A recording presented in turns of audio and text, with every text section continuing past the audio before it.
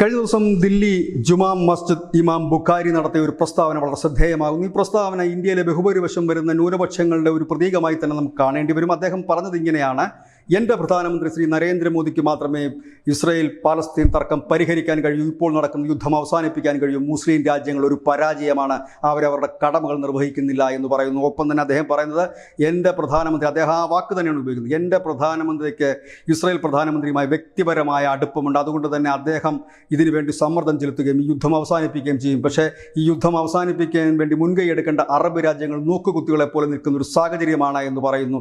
ഏതായാലും തനിക്ക് എൻ്റെ രാജ്യത്തോടും എൻ്റെ പ്രധാനമന്ത്രിയോടും അഭിമാനം മാത്രമാണ് എന്ന് ദില്ലി ഇമാം ബുഖാരി പറഞ്ഞിരിക്കുന്നു. ഏതായാലും മാറുന്ന കാലത്തിൻ്റെ ഒരു വലിയ പ്രസ്താവനയായി തന്നെ നമുക്കിതിനെ കാണാൻ കഴിയും. ന്യൂസ് ഡെസ്ക് മുസ്ലിം മലയാളം.